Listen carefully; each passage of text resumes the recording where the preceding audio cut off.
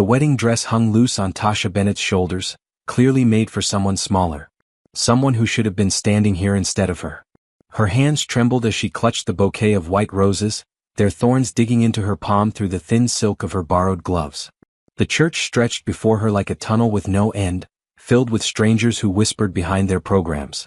At the altar stood Julian Blackwell, the blind billionaire CEO whose name made stock markets tremble and business rivals sweat. His dark suit fit him perfectly, tailored to emphasize broad shoulders and a lean frame. His face could have been carved from marble, beautiful and completely expressionless. Dark glasses hid his eyes and he stood perfectly still, his head turned slightly as if listening to something only he could hear. Tasha's feet refused to move forward. This morning she'd been packing for her new job in Seattle, ready to start over away from her demanding family.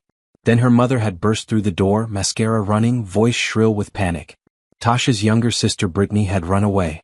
The arranged marriage, the business deal between families, the contract that would save the Bennett company from bankruptcy, everything was about to collapse. "You have to take her place," her mother had said, not asked. "We'll lose everything. Your father will go to prison for the debts. Do you want that on your conscience?" Now, walking down the aisle toward a stranger, Tasha wondered if there was any choice that wouldn't destroy someone. The organ music swelled, pushing her forward step by reluctant step. Julian Blackwell didn't turn toward the sound of her approach. He simply waited, patient as a statue, while Tasha's entire future narrowed to this single point. The officiant began speaking, words that should have been romantic but sounded like a business transaction. Julian's voice was deep and smooth when he spoke his vows, completely devoid of emotion. When it came time for Tasha to respond, her voice cracked on the first word. "I do," she whispered, and felt the weight of those words settle over her like chains. Julian's hand found hers with surprising accuracy when it came time to exchange rings. His fingers were warm, steady, and completely impersonal. He slid a platinum band onto her finger without fumbling, as if he'd memorized the exact distance and angle. Then it was done. The officiant pronounced them married, and Julian turned his head toward where she stood. "We can go now," he said quietly. His first words to her as her husband were a dismissal. The reception was worse than the ceremony. Tasha sat at the head table in her borrowed dress, watching Julian's business associates offer congratulations that felt more like condolences. No one spoke to her directly. They addressed Julian, talking over and around her as if she were invisible. "Shame about the Bennett girl running off," one older man said loud enough for Tasha to hear. "But I suppose one sister is as good as another for this kind of arrangement." Julian's jaw tightened, the first expression she'd seen cross his face. "My wife's name is Tasha," he said quietly. The table fell silent. "Please use it." The words should have felt protective, but his tone was ice cold. Tasha realized he was angry about the situation too, trapped in this marriage just as much as she was. She'd heard the rumors, of course. Everyone had. Julian Blackwell had been engaged to someone he loved before the accident that took his sight. That woman had left him within a month of his injury, unable to handle his transformation from charming playboy to cold, isolated businessman. He'd built walls after that. His company thrived under his leadership, his business instincts somehow sharper without sight. But personally, he'd become known for his frozen demeanor, his refusal of help, and his absolute insistence on independence. People called him the Ice King behind his back. And now Tasha was married to him. The reception ended early. Julian's assistant, a efficient woman named Patricia, approached their table. "The car is ready, Mr. Blackwell." Julian stood with fluid grace, and Patricia's hand moved toward his elbow. He stepped smoothly away from the gesture before contact was made. "I can manage," he said, his tone brooking no argument. He couldn't though. Tasha watched him pause, orienting himself by sound. She stood quickly, her chair scraping against the floor. Julian's head turned toward the noise. "The door is 10 steps forward and 3 to your left," Tasha said softly. She'd been watching the room's layout all evening, nervous energy making her count distances and memorize paths. "There's a waiter with a tray at 7 steps." Julian's expression didn't change, but he moved forward with more confidence. He navigated around the waiter exactly as she described and reached the door without incident. Tasha followed, wondering if she'd just made things better or worse. How could anyone expect love to grow from such a cold beginning? Could you survive a marriage that started as a business deal? Drop a comment below with your thoughts and please subscribe to see how this story unfolds. The car ride to Julian's estate was silent. Tasha sat on one side of the spacious back seat while Julian occupied the other, as far apart as possible. The city lights flickered past the windows, and Tasha tried not to think about everything she'd left behind. Her apartment, her job offer, her chance at independence, all gone in a single morning. The Bennett family would be saved, though. Her father's company would survive. Her mother would keep her country club membership and her social standing. And Brittany, wherever she'd run to, was free to live her own life. Tasha was the sacrifice that made it all possible. The car turned through massive iron gates and up a long tree-lined driveway.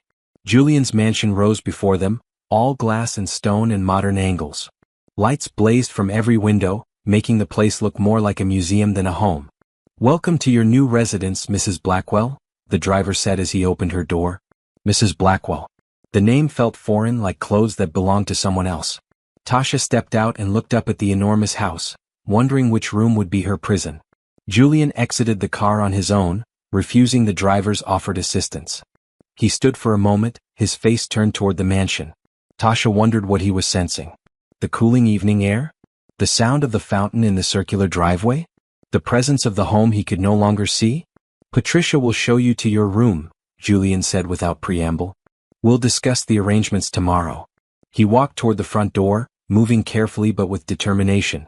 His hand found the railing beside the steps and he climbed them one at a time. Tasha watched him disappear inside, leaving her standing alone in the driveway with his assistant. "This way, Mrs. Blackwell," Patricia said, her voice professionally neutral. "I'll give you a tour of the main floor, then take you to the guest wing." Guest wing. Not Julian's wing. Not even the same part of the house. Tasha felt a strange mixture of relief and disappointment. She'd married a man who didn't want her anywhere near him. Inside, the mansion was as cold and beautiful as its owner.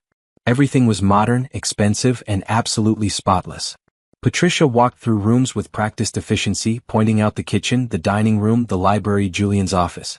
"Mr. Blackwell requires absolute order," Patricia explained. "Nothing can be moved or changed without his knowledge. He's memorized the location of every piece of furniture, every door, every step." "That must have taken a long time," Tasha said.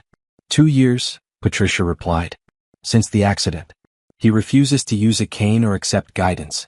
He rebuilt his entire world from memory and sound." There was respect in her voice and something else. Pity maybe. Or sadness. They climbed a sweeping staircase to the second floor. Patricia led her down a long hallway to a door at the far end. "You're sweet," she said, opening the door to reveal a beautiful bedroom done in soft blues and grays. "Mr. Blackwell's rooms are in the east wing. This is the west wing. As far apart as possible while still being in the same building. If you need anything, there's a phone by the bed that connects to the kitchen and my office," Patricia continued. "Breakfast is at 7, lunch at noon, dinner at 7 in the evening. Mr. Blackwell prefers to dine alone, but you're welcome to eat in the breakfast room." Tasha looked around the beautiful, impersonal room that was now hers. "Thank you," she managed. Patricia paused at the door. "Mrs. Blackwell? I know this isn't what you expected. But Mr. Blackwell isn't cruel. He's just protecting himself. Give him time." Then she was gone and Tasha was alone in her new life. She sat on the edge of the bed, still wearing the borrowed wedding dress, and tried to remember the last time someone had asked her what she wanted. Not what her family needed. Not what would save the company. Not what would solve everyone else's problems. What Tasha wanted. The answer came easily: she wanted to matter to someone. She wanted to be chosen, not settled for. She wanted a marriage built on more than obligation and family debt.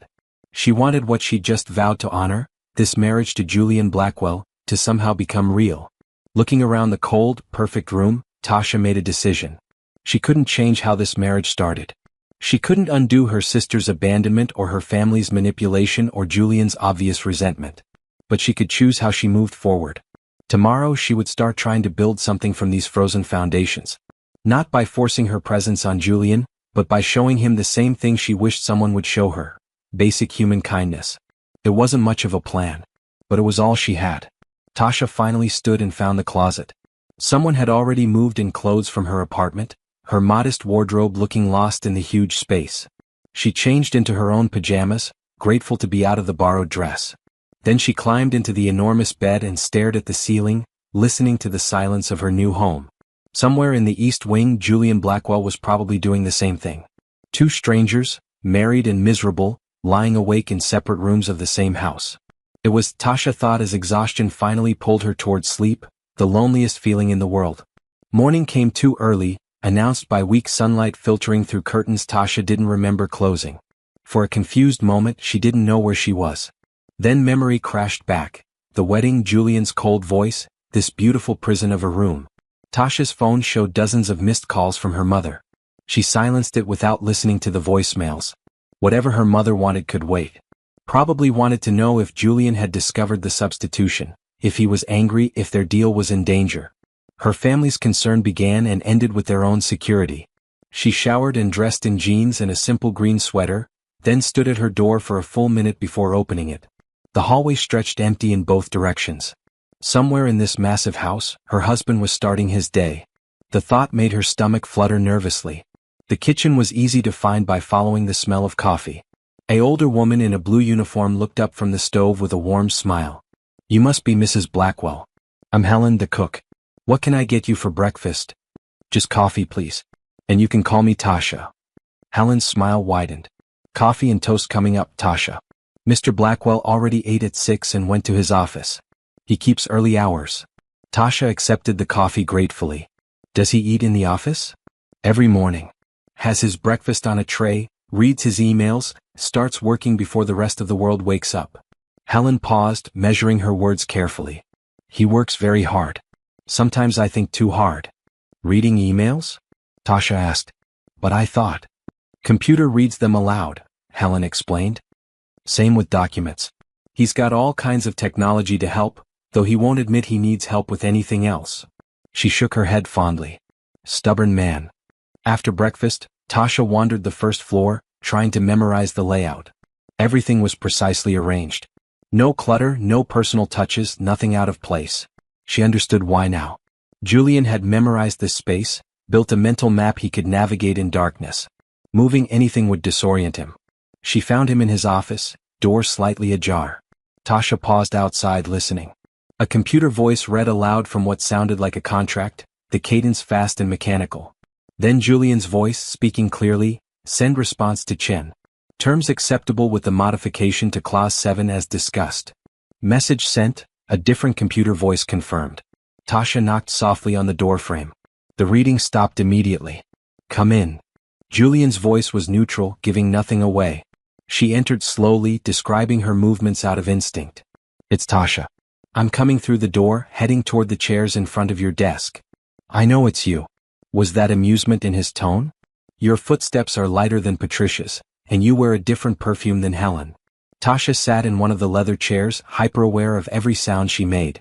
Julian sat behind an enormous desk, his posture perfect, his dark glasses hiding his eyes. His hands rested on the desk surface, long fingers completely still. "We should discuss the terms of this arrangement," he said without preamble. "You'll have access to accounts for personal expenses and household management. You're free to go anywhere, do anything you wish. I won't restrict your activities." "That's generous." Tasha tried to keep her voice steady. "It's practical. This marriage is a business arrangement. You fulfilled your family's obligation by showing up yesterday. You're entitled to compensation for that." His tone was matter-of-fact, as if they were discussing a contract rather than their lives. "I assume you'll want to pursue your own interests. Patricia can help you set up anything you need." "And you?" Tasha asked. "What do you need from this arrangement?" Julian's fingers tapped once on the desk. "Nothing. I need nothing from you except discretion. The world thinks this is a real marriage. We'll maintain that fiction in public. In private, you're free to live your own life." The words should have been a relief. Instead, they felt like a door slamming shut. "I see. Do you?" Julian leaned back slightly. "Most people in your position would be happy with this arrangement. A comfortable life, financial security, personal freedom. No expectations or demands. Most people didn't stand at an altar yesterday and promise to honor someone," Tasha said quietly. "I know I wasn't your choice. I know you're angry about how this happened. But I'm here now, and I'd like to at least try to make this bearable for both of us." Silence stretched between them. Julian's face remained expressionless, but his fingers had stilled completely on the desk. Finally he spoke, his voice carefully controlled. "Bearable. That's a low bar. It's honest." Tasha leaned forward. "I won't pretend this is a fairy tale. But I also won't pretend we're strangers who happen to share an address. We're married. That means something to me even if it doesn't to you. You don't know anything about me. The words came out sharp. I know you drink black coffee at 6 in the morning. I know you're brilliant at business and stubborn about accepting help. I know you've built an entire life around compensating for your blindness instead of acknowledging it. Tasha paused. I know you're lonely. Julian stood abruptly. This conversation is over. Patricia will help you with whatever you need. I have work to do. It was a clear dismissal, but Tasha didn't move. I'm not going anywhere, Julian. Not just geographically. I mean, I'm not going to disappear into the West Wing and pretend you don't exist. I'm your wife. I'm going to act like it. Why? The question came out harsh. You don't owe me anything. You were forced into this just like I was. Because kindness doesn't require a reason. Tasha stood, smoothing her hands over her jeans. And because someone should have shown you that before now. She left before he could respond, her heart pounding. She'd probably made things worse. But she'd also told the truth, and that had to count for something. The rest of the day, Tasha explored the house more thoroughly. She found the library on the second floor, filled with books that looked untouched since Julian's accident. In the corner sat a piano, its surface dusty. She ran her fingers over the keys, making them whisper soft notes into the silence. Do you play? Patricia's voice made her jump. A little. My grandmother taught me when I was young. Tasha closed the piano lid gently. Does Julian come in here? Not anymore. He used to spend hours in this room before the accident. Patricia looked around sadly. He played the piano beautifully. Composed his own pieces sometimes. But after he lost his sight, he stopped. Said music reminded him of everything he'd lost. That evening, Tasha ate dinner alone in the breakfast room. Helen brought her roasted chicken and vegetables, chatting about the garden and the upcoming season. It was comfortable, pleasant even. But Tasha found herself listening for footsteps, wondering where Julian was, what he was doing. She found out at 9 o'clock when she heard raised voices from the direction of Julian's office. Concerned, she moved closer. Through the partially open door, she could see Julian on his feet, facing someone she didn't recognize. The offer is insulting, Julian said, his voice cold enough to freeze water. Tell Hammond if he thinks my blindness makes me desperate, he's about to learn an expensive lesson. He's offering 40% above market value, the other man argued. You should at least consider it. I don't need to consider anything. The company is not for sale at any price. Julian's hands were clenched at his sides. Now get out. The man left, brushing past Tasha without seeming to see her. Julian remained standing, his chest rising and falling with angry breaths. He's wrong, Tasha said softly from the doorway. Julian's head snapped toward her voice. How long have you been standing there? Long enough to hear someone underestimate you. She stepped into the office. He thinks you're vulnerable because you can't see. He doesn't understand that you've already adapted to bigger challenges than anything he could throw at you. You don't know what you're talking about. But Julian's voice had lost some of its edge. Maybe not about business.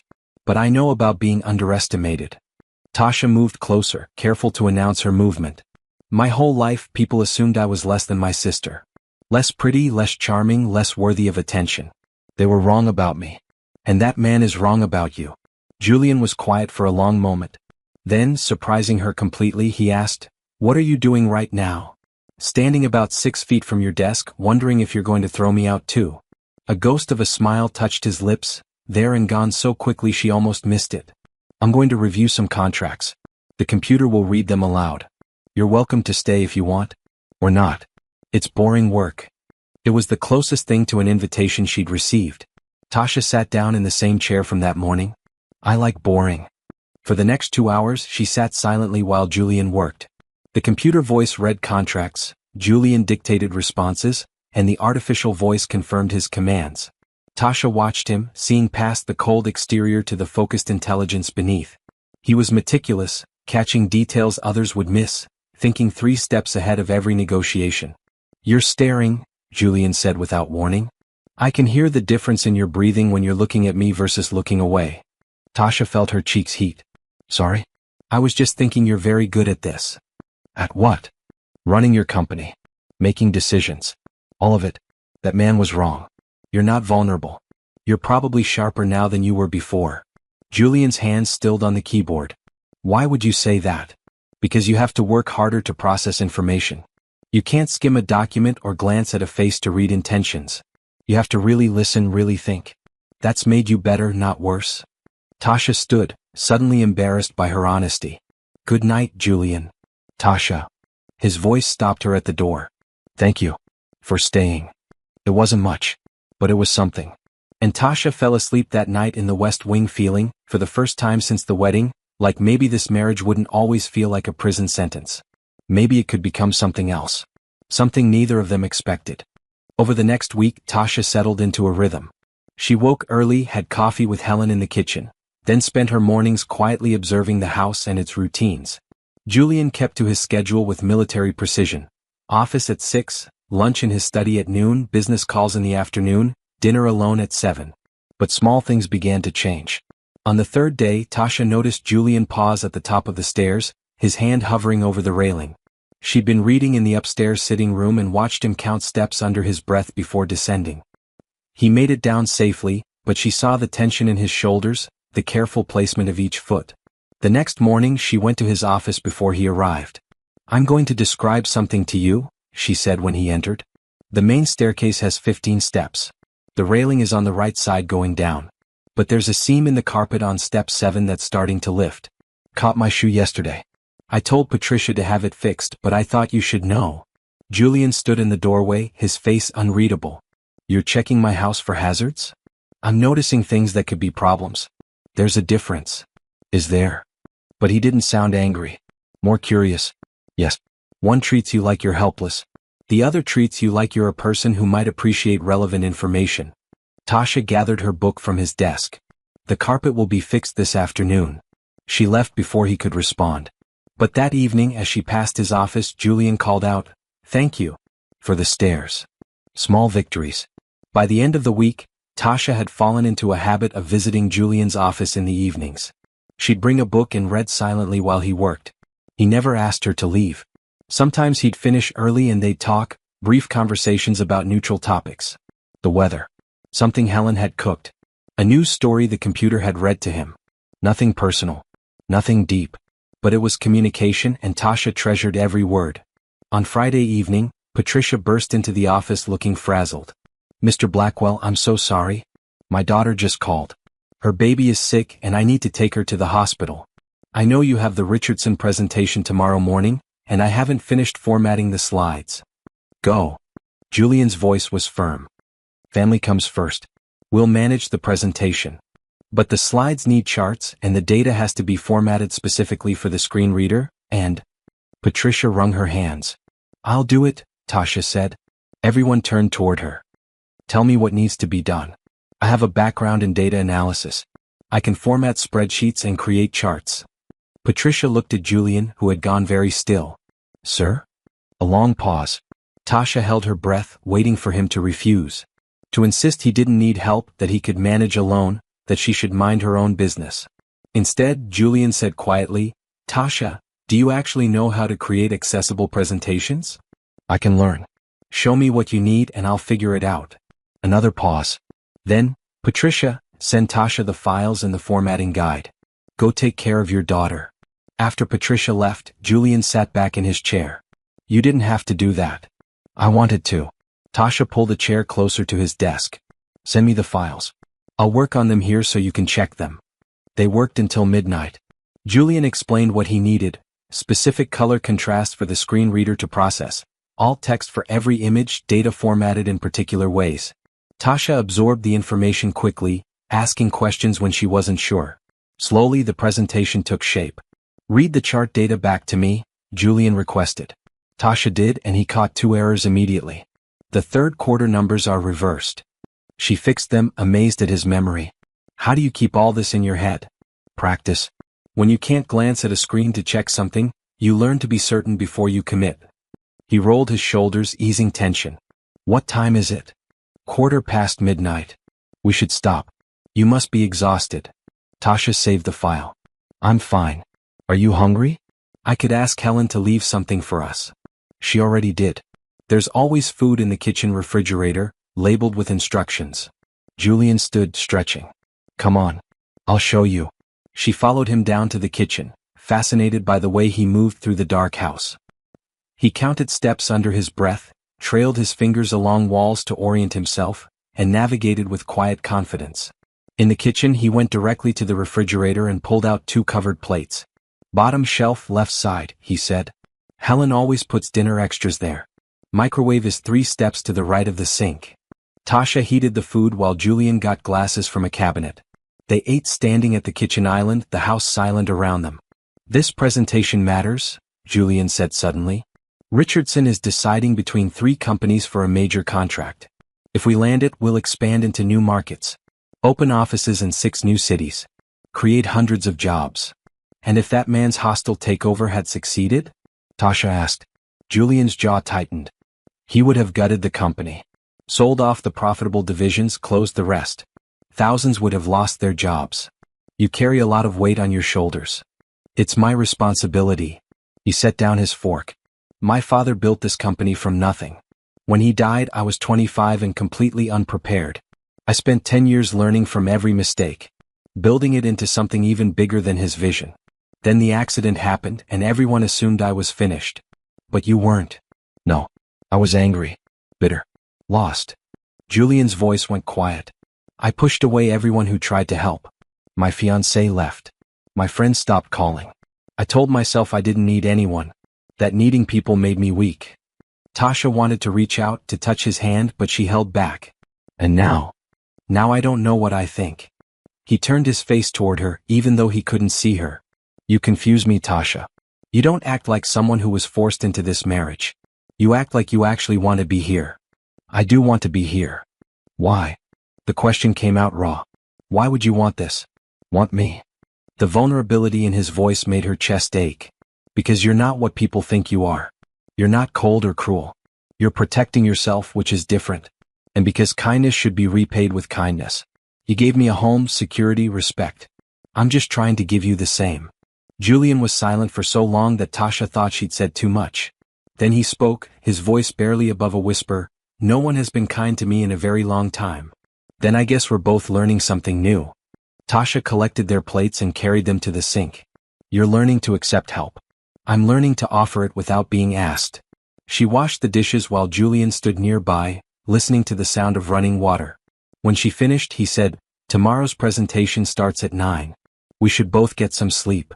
"Good night, Julian." "Tasha?" She paused at the kitchen door. "The presentation looks good. Patricia couldn't have done better." High praise from a man who rarely praised anyone. Tasha went to bed smiling. The next morning she woke at 7 to her phone ringing. Patricia, calling from the hospital. "Tasha, thank God. I can't get there for the presentation. Can you go with Mr. Blackwell? He'll need someone to advance the slides at the right times." "Of course. Is your daughter okay?" "She will be." "And Tasha? Thank you for helping last night." Tasha dressed quickly in navy pants and a red blouse, trying to look professional. Julian was already in the entrance hall when she came down, wearing a charcoal suit that made him look powerful and completely in control. "Patricia called," he said. "You don't have to do this if you're uncomfortable." "I'm coming." Tasha picked up her bag. "We worked hard on that presentation. I want to see you land this contract." In the car, Julian reviewed the key points, speaking them aloud to cement them in memory. Tasha listened, learning about market analysis and growth projections. His passion for the work was evident in every word, and she found herself caught up in his enthusiasm. The Richardson building was downtown, all glass and steel. Tasha described the lobby to Julian as they entered, the high ceilings and modern art. He listened intently, building his own picture of the space. In the conference room, she guided him to his seat at the head of the table and set up the laptop. The Richardson team entered, 3 executives who eyed Julian with poorly concealed skepticism. "Mr. Blackwell," the lead executive said, "we weren't expecting your assistant to join us." "This is my wife, Tasha," Julian corrected smoothly. "She'll be advancing the slides." For the next hour, Tasha watched Julian command the room. He spoke with confidence and precision, answering questions without hesitation. She advanced slides at his subtle cues, a small nod or pause in his speech. The presentation flowed seamlessly. The Richardson executives stopped looking skeptical and started looking impressed. When it ended, the lead executive stood and extended his hand before remembering. He pulled it back awkwardly. Julian simply smiled. "I'll shake on the deal if we have one, Mr. Richardson." "You have a deal." Richardson grasped Julian's hand firmly. Your proposal is the strongest we've seen. We'll have contracts drawn up by Monday. In the car afterward, Julian's whole demeanor had changed. He sat back in his seat, tension draining from his shoulders. We did it. You did it, Tasha corrected. I just pressed a button. You did more than that. You were there. He turned toward her. I haven't brought anyone to a presentation since the accident. I'd forgotten what it felt like to have support. You'll always have my support. The words came out before Tasha could stop them. For whatever that's worth. Julian reached out, his hand finding hers on the seat between them. He squeezed gently. It's worth more than you know. They rode home in comfortable silence, his hand still holding hers. And Tasha realized that something had shifted between them. Not love, not yet. But the foundation for something real. Something built on mutual respect and quiet understanding. Something that might grow into everything she'd secretly hoped for on that terrible wedding day. Sunday morning arrived with unexpected warmth. Tasha woke to sunlight streaming through her windows and the sound of birds in the garden. For the first time since the wedding, she felt genuinely rested. The successful presentation had lifted something heavy from the house, as if even the walls had been holding their breath. She dressed in comfortable clothes, jeans and a bright blue shirt, then headed downstairs.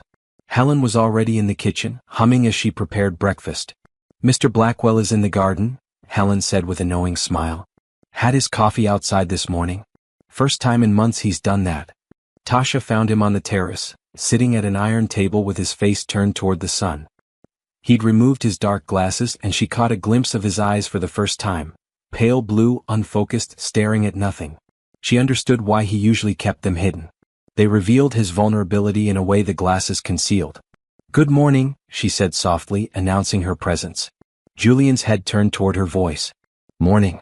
Helen's making her famous pancakes. You should try them. Join me? Tasha pulled out a chair. Actually, I was hoping you'd walk with me. The garden path is straight, easy to navigate. I used to walk it every morning before. He trailed off, then continued. I'd like to try again. With you there. Tasha's heart swelled. I'd love that. They walked slowly, Julian's hand trailing along the stone wall that bordered the path. Tasha described everything she saw. The roses just beginning to bloom, the fountain with its bronze dolphins, the old oak tree that must have been there for a century. Julian listened intently, occasionally asking questions about colors or the way light filtered through leaves. I miss colors most, he admitted. Sounds and textures I can experience. But color exists only in memory now. Sometimes I worry I'm forgetting them. Your office has a painting, Tasha said. 3 vertical panels, mostly blue. The triptych. I bought it at an art auction the week before the accident. Julian's voice went soft. I remember standing in front of it, seeing layers of cobalt and cerulean and navy, like looking into deep water. I paid too much for it because I couldn't imagine not seeing it every day. It's beautiful, Tasha said. The kind of blue that feels calm and sad at the same time. That's exactly right. Julian stopped walking. You see things clearly. Not just literally. You understand the feeling behind what you're looking at. My grandmother taught me that. She was an artist. Said every color has an emotion attached to it. Tasha smiled at the memory. She'd make me describe paintings to her, not just what they showed but what they made me feel. I'd like to hear you do that sometime. Describe paintings from my collection. Julian's face was thoughtful. If you're willing. Anytime you want. They completed the circuit of the garden and returned to the terrace where Helen had left breakfast. They ate together, talking about small things. Julian told her about the garden's design, how his mother had planted most of the roses before she died. Tasha shared stories about her grandmother's garden, much smaller but equally loved. It was the most normal conversation they'd had. The most real. Monday morning shattered their peace. Tasha was having coffee when Patricia rushed in, her face pale. Mrs. Blackwell, is Mr. Blackwell here? In his office. What's wrong? Hammond. The man who tried to buy the company last month. He's filed a lawsuit claiming the Richardson contract was obtained fraudulently. He's trying to get it blocked pending investigation. Tasha set down her cup carefully. That's ridiculous. We earned that contract fairly. Of course we did. But Hammond has connections and he's spreading rumors that Mr. Blackwell can't actually run the company. That he's using adaptive technology to fake competence. Patricia's hands shook. If this goes public, if clients start doubting his abilities, it could destroy everything. Tasha stood. Where's Julian? Office. He's on the phone with our lawyers. She found him pacing behind his desk, phone to his ear, his face carved from stone. I don't care what it costs. Find everything on Hammond. Every business deal, every contract, every transaction. There has to be something. He listened then, do it. Now. He ended the call and sensed Tasha's presence. You heard? Patricia told me. This is harassment. This is business. Julian's voice was bitter. Hammond sees an opportunity. A blind CEO fighting a legal battle is vulnerable. He thinks I'll settle, maybe even sell just to make this go away. Will you? Never. The word came out like a vow. But he's right about one thing. This will be a fight and it will get ugly. My blindness will become the focus. People will question my competence. The board might panic. Tasha moved closer. Then we prove them wrong. All of them. You're not vulnerable, Julian. You're the smartest person in any room you enter. So let's show them that. He turned toward her voice. How? The lawsuit claims fraud in obtaining the Richardson contract. That means they're questioning the presentation. But I was there. I saw you command that room without notes, without visual cues. You answered complex questions instantly. You understood nuances in their concerns that I didn't even catch. Tasha's mind raced. We need Richardson to publicly confirm that your presentation was the strongest, that your blindness didn't factor into their decision at all. Julian was quiet, thinking. Richardson won't want to get involved in a lawsuit. Not in the lawsuit. But maybe in a press statement about their decision-making process. They can emphasize that they chose quality and innovation, not personal factors. Tasha pulled out her phone. What's Richardson's direct number? For a moment, Julian simply stood there. Then he rattled off the number from memory. You're sure about this? I'm sure that you deserve to fight back. And I'm sure that I'm not letting Hammond spread lies about you. Tasha dialed, then handed Julian the phone. Tell Richardson the truth. Tell him what's happening. The conversation lasted 10 minutes. Tasha could only hear Julian's side, but she heard his voice go from tense to surprise to something almost like gratitude. Thank you, Julian said finally. That means more than you know. He ended the call and set the phone down carefully. Richardson is issuing a statement this afternoon. He said, and I quote, anyone who thinks Julian Blackwell's blindness makes him less capable has never met the man. He's the most thorough CEO I've dealt with in 30 years. That's wonderful. He also said something else. Julian's voice went quiet. He said he was glad to see I'd found a partner. That the woman advancing the slides clearly believed in me, and that kind of support was rare in business. Tasha felt warmth spread through her chest. He's right. I do believe in you. Why? Julian asked the question again, the same one from the kitchen. But this time, his voice held wonder instead of doubt. Why do you keep showing up for me? You don't have to. This lawsuit, this fight, none of it is your responsibility. Yes, it is. Tasha stepped closer. I'm your wife. That's not just a legal status. It means I stand with you. It means when someone attacks you, they attack us both. Julian reached out, his hand finding her arm, then sliding down to take her hand. I've been alone for so long. I'd forgotten what it feels like to have someone on my side. You're not alone anymore. She squeezed his hand. And we're going to win this fight. Together. The next week was chaos. Hammond's lawsuit dominated business news. Reporters called constantly. Julian's board requested an emergency meeting. But through it all, Julian stayed focused and Tasha stayed beside him.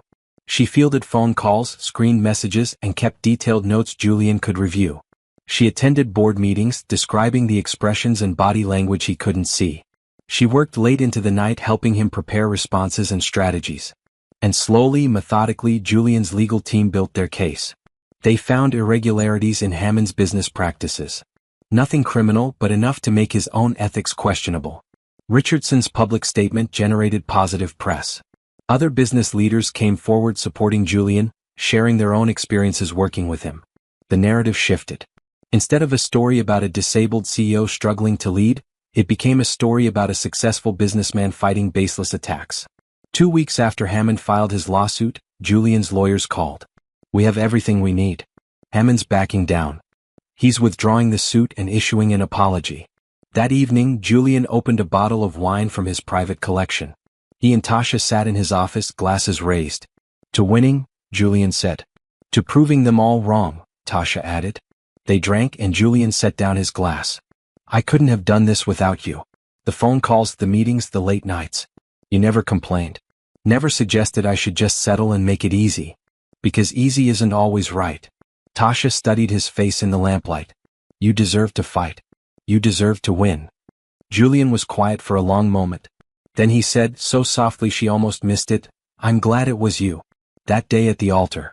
When your sister didn't show up and you came instead. I was angry at first. Bitter about the whole situation. But now, I'm glad. Tasha's breath caught. Julian? I'm not good at this, he continued. At expressing feelings or admitting I need someone. But you've been patient with me. Kind when I didn't deserve it. And somewhere along the way this stopped feeling like a business arrangement and started feeling like... He paused, searching for words. Like a real marriage? Tasha offered quietly. Like a partnership. Like the first good thing that's happened to me since the accident. He turned his face toward her. I know this isn't what either of us planned. But maybe we could try to make it something better than we expected. Joy bloomed in Tasha's chest. I'd like that. I'd like that very much. Julian smiled, a real smile that transformed his face. Good. Then let's start over. No more separate wings, no more polite distance. Let's actually try to build something together. Starting when? Starting now. He stood and held out his hand. Come on. I want to show you something. She took his hand and let him lead her through the house to the library. He stopped at the piano, running his fingers over the keys. I haven't played since the accident, he said. Music was something I experienced visually too. Reading notes, watching my hands. Without that, it felt wrong. Incomplete. He sat on the bench. But Patricia mentioned you play. Will you play something? Let me hear music through someone else's joy instead of my own loss. Tasha sat beside him, her heart full. She began to play a simple piece, one her grandmother had taught her. Soft and sweet, filled with gentle hope. Julian listened, his eyes closed, his face peaceful. When she finished, he placed his hands on the keys beside hers.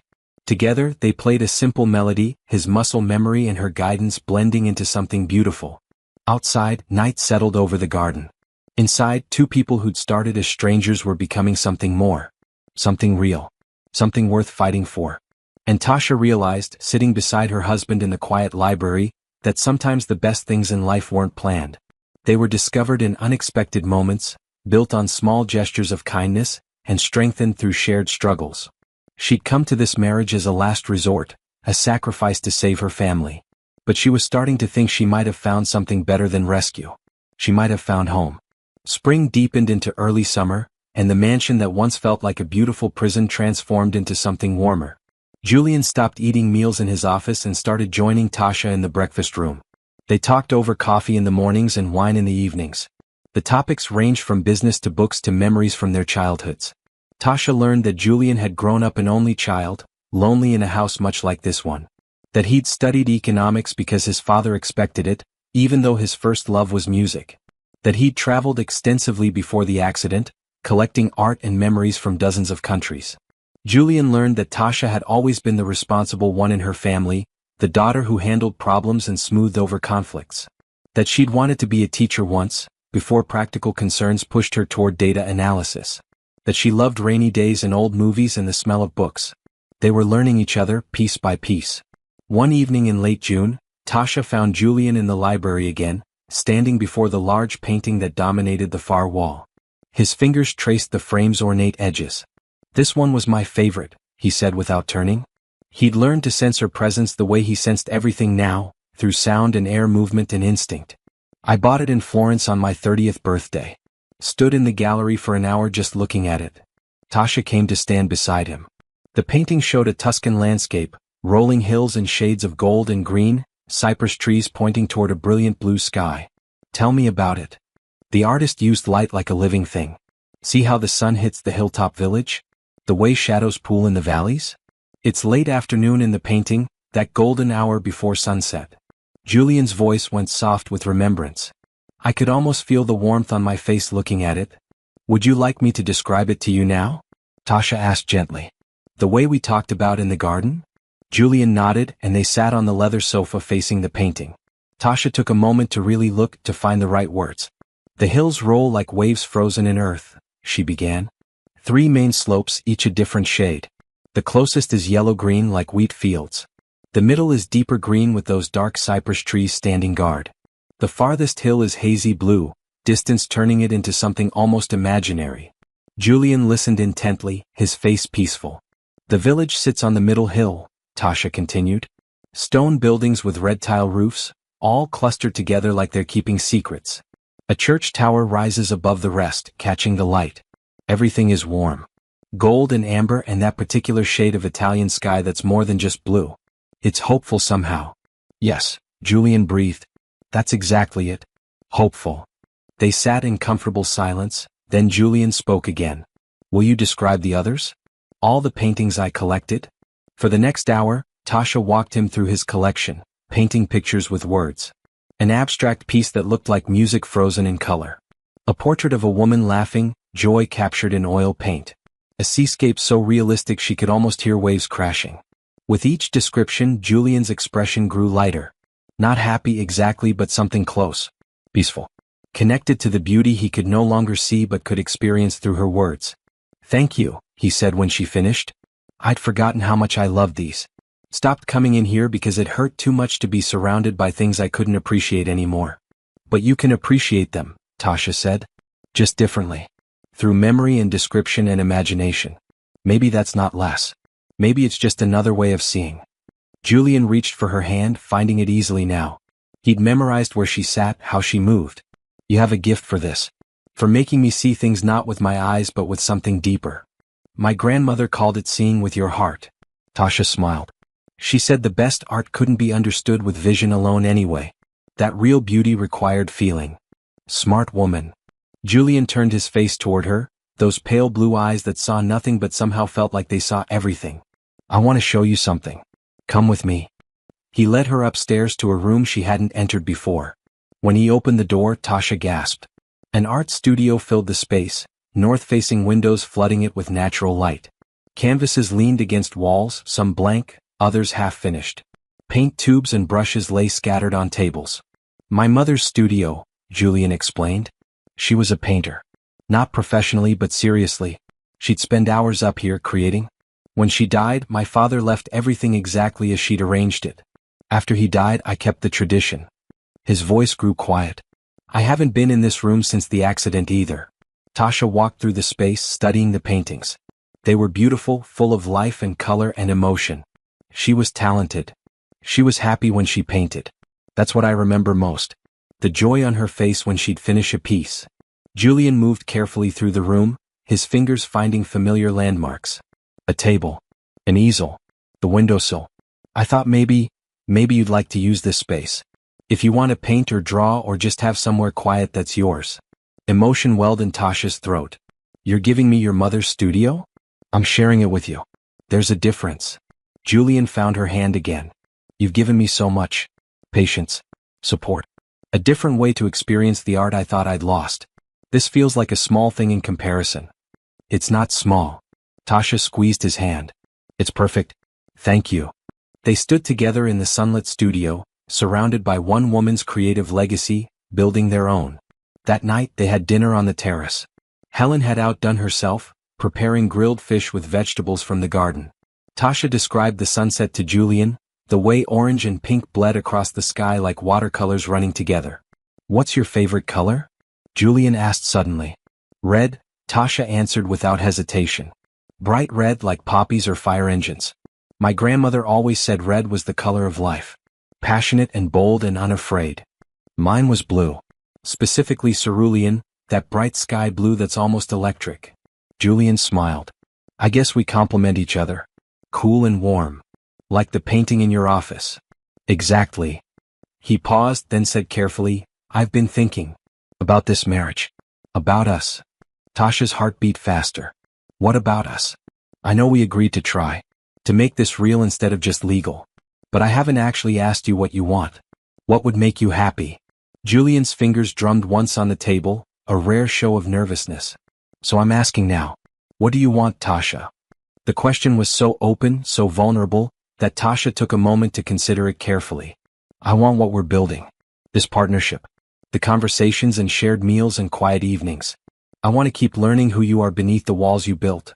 And I want you to know who I am too, not just the helpful wife but the real person. I'd like that. Julian's voice was soft. Tell me something real. Something you've never told anyone. Tasha thought, then decided on honesty.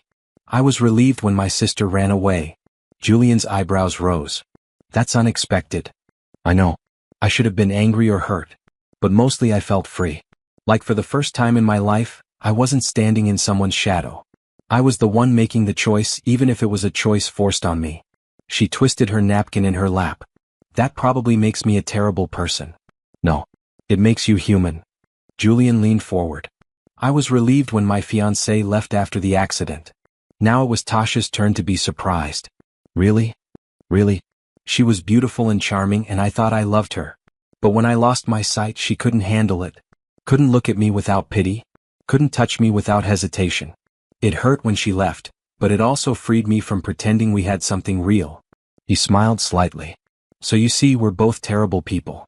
Or just honest ones. Tasha laughed softly. Maybe that's what we're building here. An honest marriage. No pretending, no performing. Just two people figuring out how to fit together. I like that definition. Julian stood and held out his hand. Walk with me. The garden at night is beautiful, or so I remember.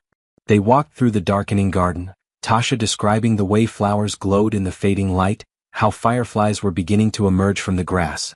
Julian listened and shared his own memories of summer evenings, back when he could see them. At the fountain they stopped. Water burbled over the bronze dolphins, a constant, soothing sound. Julian turned to face Tasha, his hands finding her shoulders with practiced ease.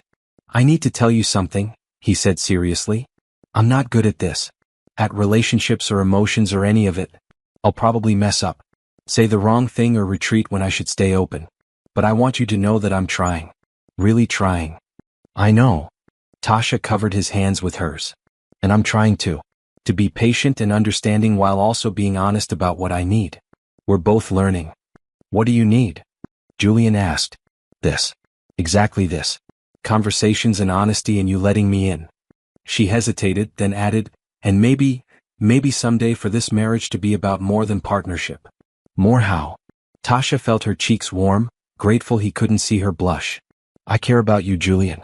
More than I expected to. More than makes logical sense given how we started.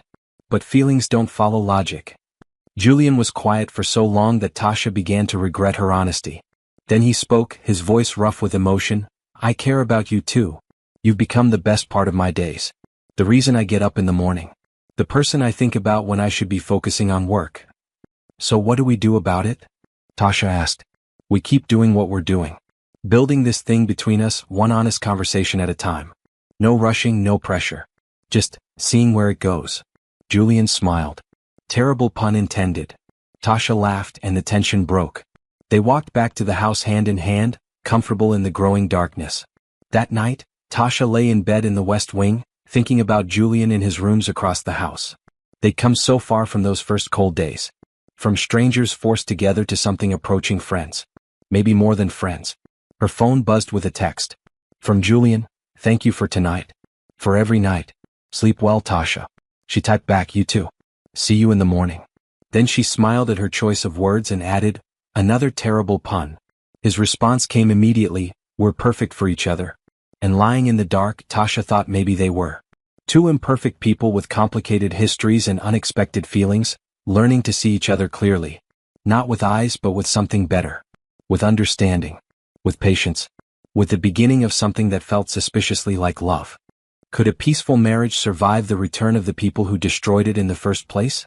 Drop a comment about how you'd handle family members who only show up when they need something, and don't forget to subscribe to see what happens next. Saturday morning arrived with unwelcome visitors.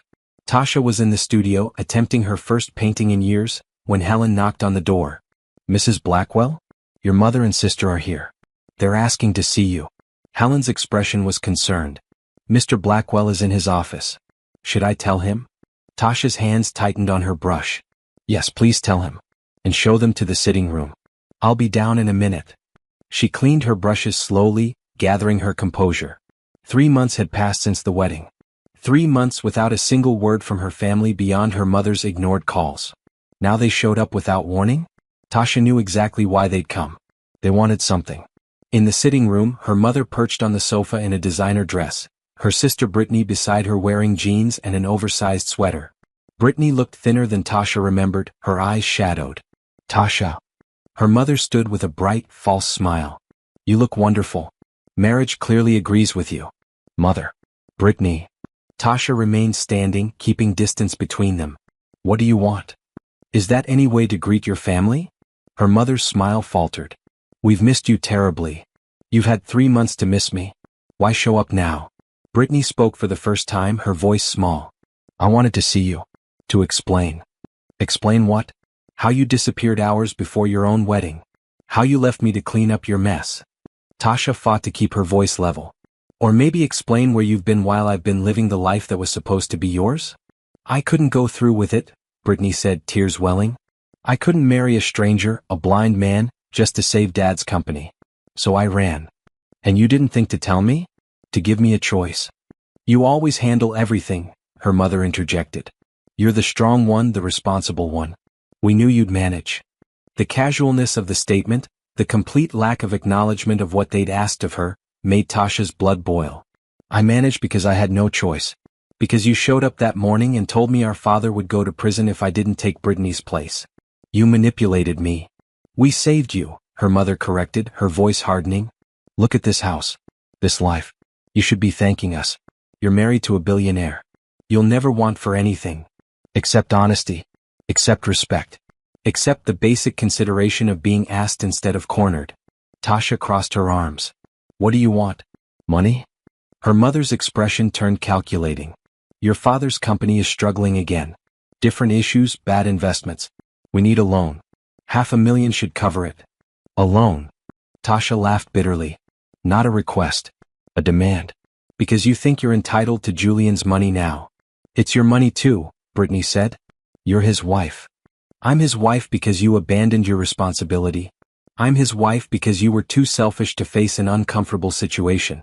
You don't get to benefit from that now. Tasha moved toward the door. The answer is no. Leave. You can't be serious. Her mother stood, outrage coloring her face. We're your family. Family helps each other. Family doesn't manipulate each other into marriages. Family doesn't disappear for 3 months and then show up demanding money. Family doesn't treat people like solutions to problems instead of actual human beings. Tasha opened the door. I said leave. Is there a problem? Julian's voice came from the hallway. He moved into the doorway, his presence commanding even without sight. His face was set in hard lines. Mr. Blackwell, Tasha's mother gushed, her tone shifting instantly to sugary sweetness. We were just visiting our daughter. Getting to know you better. Getting to know me. Julian's tone was flat. Or demanding money from my wife? Silence fell. Her mother's face paled. We weren't, it's not like that. I can't see your faces, Julian said quietly, but I don't need to. I heard every word from the hallway. The manipulation, the demands, the complete lack of respect for Tasha. He moved further into the room, his anger controlled but palpable. Let me be very clear. My wife owes you nothing. I owe you nothing. The business arrangement between our families was fulfilled the day Tasha stood at that altar. Any further contact will go through lawyers. You can't cut us off from our own daughter, her mother sputtered. I'm not cutting you off. Tasha is. Julian turned his face toward where Tasha stood. Though I'll support whatever she decides. Tasha felt warmth spread through her chest. He was defending her but not taking the choice away from her. Giving her the power her family had always denied her. I want you to leave, Tasha said firmly. Both of you. Don't call, don't visit, don't ask for anything. You made your choices. Now live with them. Tasha, please. Brittany stood, tears running down her face. I'm sorry. I'm so sorry I ran. I was scared and selfish and I know that. But you're my sister. Can't we fix this? For a moment, Tasha felt her resolve waver. Brittany looked genuinely remorseful. But then her mother spoke again.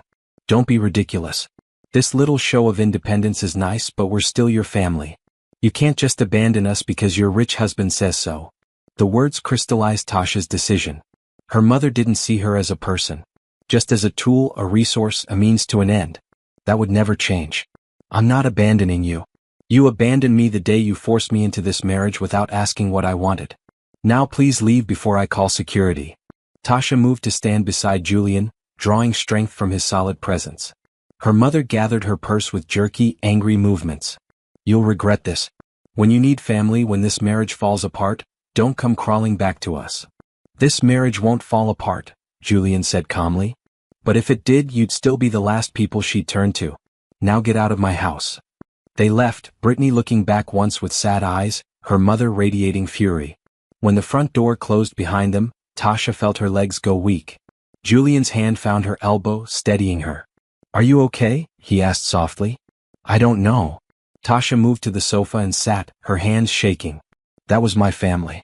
I just cut them out of my life. They cut themselves out years ago, Julian said, sitting beside her. They just forced you to acknowledge it today. He found her hand and held it firmly. You did the right thing. Why does the right thing feel so terrible? Because you're kind. Because you wanted them to be better than they are. Because somewhere inside you still hoped they'd change. Julian's thumb traced circles on her palm. I understand that. I hope the same about people who proved they didn't deserve it. Tasha leaned against him, needing the comfort of his presence. Thank you. For backing me up. For not just taking over but letting me make the choice. You're stronger than you know. Julian wrapped an arm around her shoulders. You've been handling impossible situations your whole life. This was just the first time you decided not to. They sat quietly, Tasha processing the confrontation. After a long while, she spoke again. Did you mean what you said? That this marriage won't fall apart? Julian was silent for a moment, then, yes. Because I don't want it to. Because somewhere along the way, you stopped being the stranger I was forced to marry and became the person I choose to build a life with. He turned his face toward her. If that's what you want too. It is. Tasha lifted her head to look at him. I choose you too, Julian. Every day. He smiled, and the tension that had filled the room during her family's visit finally dissipated. Then we're exactly where we should be. That evening, Julian had his lawyers draw up formal documents severing any financial ties between the Blackwell family and the Bennetts. He had a settlement prepared, enough to keep Tasha's father's company solvent for the short term, with the condition that they never contact Tasha again. You don't have to do this, Tasha said as he explained the arrangements. You don't owe them anything. I'm not doing it for them. I'm doing it for you. Julian signed the documents with practiced ease. So you don't have to worry about their business failing. So you can move forward without guilt. This closes that chapter completely. Tasha watched him, this man who'd started as a cold stranger and become her staunchest defender. You're too generous. No. I'm protecting what matters to me. He set down the pen. You matter to me, Tasha. More than I thought possible 3 months ago. And I protect what's mine. The possessive words should have bothered her. Instead, they made her feel cherished, claimed in the best possible way. I'm yours. If you want to be. Julian stood and came around the desk. His hands found her face with gentle accuracy, cradling her cheeks. I know I'm not easy. I know I have walls and issues and a habit of pushing people away. But with you, I don't want to push. I want to pull closer. Tasha's breath caught. Julian. Let me finish. His thumb stroked her cheekbones. I can't see your face. I don't know if you're beautiful by conventional standards, though everyone who mentions you says you are. But I know you're beautiful to me. Your voice, your kindness, your strength. The way you describe colors and make me see things I thought I'd lost forever. That's beautiful. You're beautiful. Tears pricked Tasha's eyes. I don't know what to say. Say you'll stay. Say you'll keep building this with me. Say this marriage we stumbled into can become something we choose on purpose. His voice dropped to a whisper. Say I'm not alone in feeling this way. You're not alone. Tasha covered his hands with hers. I feel it too. This pull toward you. This want to make you smile, to defend you, to spend every evening talking about nothing and everything. I think I'm falling in love with you. Julian's expression transformed, joy breaking through his usual careful control. You think? No. I know. I love you, Julian Blackwell. I probably have for a while now. I just didn't know if I was allowed to feel it. You're allowed to feel anything. He pulled her closer, their foreheads touching. And I love you. Completely. Impossibly. Against all logic and expectation. You walked into my life at the worst possible moment and made everything better. Can I kiss you? Tasha asked, suddenly shy despite everything they'd shared. Julian smiled. I thought you'd never ask. The kiss was gentle at first, exploratory. Then deeper, filled with 3 months of growing feelings and restrained desire. When they finally pulled apart, both were breathless. That was? Julian started. Long overdue, Tasha finished. They laughed, and the last remaining distance between them dissolved. Whatever this marriage had started as, it had become something real. Something chosen. Something built on honesty and respect and genuine affection. That night, Tasha didn't return to the West Wing. Julian led her to his rooms in the East Wing, to the bed where he'd slept alone for 2 years. They fell asleep wrapped together, two people who'd found each other in the most unexpected way. And in the morning, when Tasha woke to find Julian tracing her features with gentle fingers, learning her face through touch, she knew she'd made the right choice. All of them. Taking Brittany's place at the altar. Choosing to stay when she could have left. Opening her heart to a man the world called cold but who'd shown her more warmth than anyone in her life. "Good morning," Julian murmured, his fingers mapping the curve of her smile. "Good morning," Tasha replied and meant it with her whole heart. The invitation arrived on heavy cream cardstock, embossed with gold lettering. The annual Business Leaders Gala, the most important networking event of the year. Every major CEO, every influential investor, every person who mattered in their industry would attend. "I have to go," Julian said, holding the invitation carefully. His fingers traced the embossed edges. "It's expected." Not attending would signal weakness, especially after Hammond's lawsuit. "Then we'll go," Tasha said simply. She'd been reviewing files in his office as had become her habit. 2 weeks had passed since her family's visit, 2 weeks of growing closer to Julian in every way. The West Wing stood empty now, her things moved permanently to his rooms. Julian's jaw tightened. "You don't have to. These events are difficult for me. Navigating crowds, managing conversations with people I can't see. It's exhausting. Which is exactly why I should be there." Tasha set down the file she'd been reading. "I'll be your eyes, Julian. We'll do it together. People will talk." His voice was uncertain in a way it rarely was. "They'll see you guiding me and make assumptions. That I'm weak, dependent, not capable of running my company." Tasha moved to stand beside his chair, her hand resting on his shoulder. "Or they'll see us as a team. As partners who support each other. That's strength, not weakness." Julian covered her hand with his. "You make it sound simple." "It is simple. We walk in together, we handle whatever comes, we leave together. Just like everything else we've faced." She squeezed his shoulder.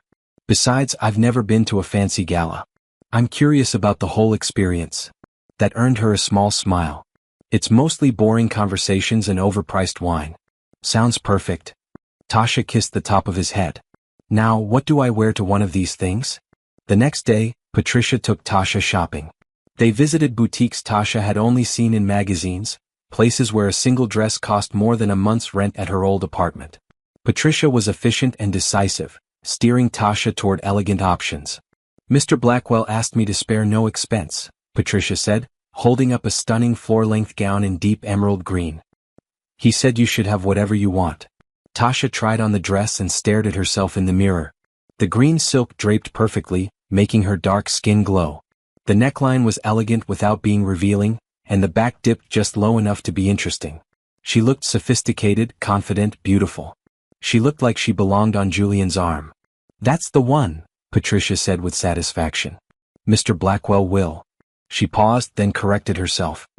"Mr. Blackwell will sense how stunning you look." The night of the gala, Tasha dressed carefully. Helen helped with her hair, sweeping it into an elegant updo that showed off her neck and shoulders. Simple diamond earrings that Julian had given her the day before, a gift presented with characteristic directness. "You should have jewelry appropriate for events like this." But his hands had trembled slightly when he'd placed the earrings in her palm, belying his casual tone. When Tasha descended the stairs, Julian waited in the foyer. He wore a black tuxedo that fit him perfectly, his dark glasses in place. Helen must have told him Tasha was coming because he turned toward the sound of her footsteps, his face expectant. "How do I look?" Tasha asked, stopping in front of him. Julian reached out, his hands finding her bare shoulders. His fingers traced the line of her dress, learning its shape. "Tell me." "Green dress, floor length. Simple and elegant." "Hair up." "The earrings you gave me." Tasha covered his hands with hers. "I feel beautiful."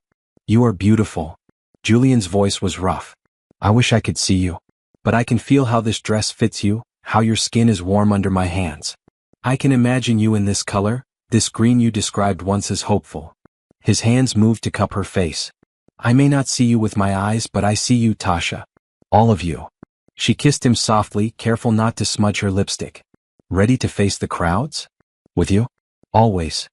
The gala was held at the city's most prestigious hotel, the ballroom glittering with chandeliers and filled with elegantly dressed people.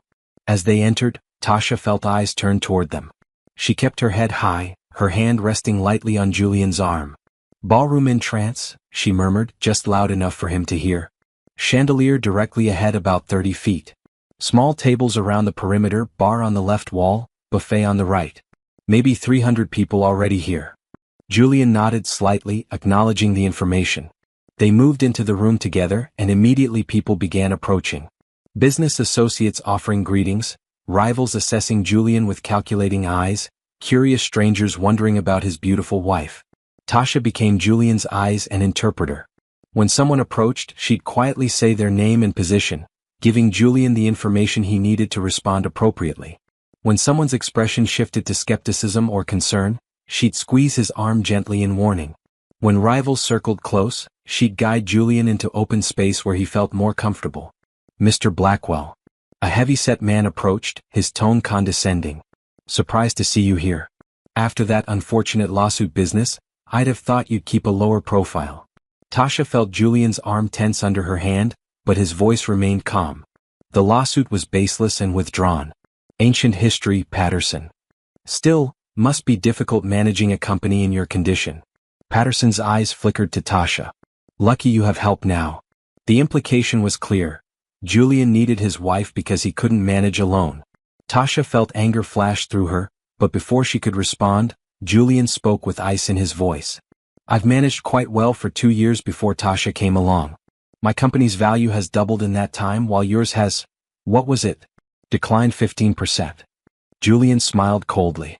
My condition, as you call it, hasn't affected my ability to read financial reports or make sound business decisions. Perhaps you should focus more on your own company's problems instead of speculating about mine. Patterson's face reddened. He muttered something and moved away. Tasha watched him go with satisfaction. Well done, she murmured to Julian. He's been trying to undermine me since the accident. I'm done being polite about it. Julian's jaw was set. People see blindness and assume incompetence. They forget that business is about information and decisions, not about vision. They moved through the room, handling conversation after conversation. Tasha described people's reactions, guided Julian around obstacles, and increasingly found herself defending him against subtle and not-so-subtle implications that he wasn't capable. Your husband is lucky to have you, one woman said, her tone dripping with false sympathy. It must be so hard for him, having to rely on someone for everything. He doesn't rely on me for everything, Tasha corrected firmly. He's one of the most capable people I've ever met. I provide information in social settings because crowds are chaotic. But he makes his own decisions, runs his own company, and lives his own life. My presence is support, not necessity. The woman blinked, taken aback by Tasha's directness. She excused herself quickly. You don't have to fight my battles, Julian said quietly after she'd gone. Yes, I do. Because you're my husband and I love you. And because these people are wrong about you. Tasha moved closer. Also because it makes me furious when people underestimate you based on something beyond your control. Julian's expression softened. Have I mentioned lately how much I love you? Not in the last hour. Tasha smiled. Oversight on my part. He leaned close, his lips brushing her ear. I love you. And I'm incredibly glad you're here with me. A photographer approached, asking for a photo. Tasha described his position and approach to Julian, who turned to face the camera with practiced ease. They posed together, Tasha's hand in Julian's, both smiling naturally. Beautiful couple, the photographer said as he moved away. They were, Tasha realized. Not in spite of Julian's blindness but including it. A couple who'd learned to navigate the world together, who complemented each other's strengths and compensated for each other's challenges. As the evening wore on, Tasha noticed the conversations shifting. People who'd initially approached with skepticism left looking thoughtful. Julian's sharp business insights and quick wit made it impossible to dismiss him as diminished. And Tasha's presence beside him, confident and supportive without being overbearing, made them appear formidable together. They were rewriting the narrative people had created. Late in the evening, they found themselves briefly alone at a balcony overlooking the city. Cool air washed over them, a relief from the crowded ballroom. You were magnificent tonight, Julian said. Every description perfectly timed, every intervention subtle enough that people didn't realize you were doing it. You made navigating that room feel effortless when I know it wasn't. You were the magnificent one. Every conversation, every business insight, every perfectly timed comeback. Tasha leaned against the railing. People came in doubting you and left impressed. That was all you. It was us. Julian found her hand. I couldn't have done it alone. Not with the grace we managed together. You're right what you said before. We're a team. Partners. Mr. and Mrs. Blackwell? A voice interrupted. They turned to find Richardson, the CEO who'd given Julian the major contract. I wanted to say goodbye before leaving. Excellent seeing you both tonight. Thank you for coming, Julian said. I also wanted to mention something. Richardson's voice grew thoughtful. When I awarded you that contract, some of my board questioned the decision. Worried about your ability to deliver. Tonight, watching you work the room, handle challenges, command respect despite deliberate attempts to undermine you, I'm more confident than ever that I made the right choice. He paused. You two are impressive together. A true partnership. That's rare in business and rarer still in marriage. After he left, Tasha felt tears prick her eyes. That was kind of him. That was truthful. Julian pulled her close. This marriage started as an obligation. But it's become the best decision either of us never intended to make. Tasha laughed through her tears. That's the most complicated compliment I've ever received. I'm a complicated man. Julian found her face, his hands gentle on her cheeks. But what I feel for you is simple. Pure. Complete. They kissed there on the balcony, the city lights spread below them, the sound of the gala muted behind closed doors. And Tasha thought about how far they'd come. From that cold wedding day to this moment of perfect understanding. Inside, someone was probably noticing their absence. Some rival was probably whispering about Julian's weakness. Some skeptic was probably doubting his capabilities. But out here none of that mattered. Here they were just Julian and Tasha. Two people who'd found each other in the most unlikely circumstances and built something real. Something strong enough to face any challenge. Something worth everything it took to create. They returned to the ballroom hand in hand, ready to face whatever remained of the evening. Together as they faced everything. As they always would. Summer deepened, and with it, the relationship between Tasha and Julian. They fell into comfortable routines. Breakfast together on the terrace, Julian working while Tasha painted in the studio, dinners where they talked for hours. Helen commented that the house felt alive again, filled with laughter and warmth it had lacked for years. But Tasha noticed moments when Julian retreated into himself. When music played, he'd tense and change the channel. When storms rolled through, bringing rain against the windows, he'd grow quiet and distant. When someone mentioned driving, his face would become a careful mask. She didn't push. Just stayed close, a steady presence while he worked through whatever memories haunted him. One evening in late July, a thunderstorm swept across the city. Lightning cracked across the sky, and rain pounded against the mansion's windows. Tasha was reading in the library when she realized Julian wasn't in his office where he'd been earlier. She found him in his bedroom, sitting on the edge of the bed, hands clenched in his lap. His face was pale, his breathing shallow. Julian? Tasha approached carefully. Are you okay? Fine. His voice was tight. Just a headache. It was a lie.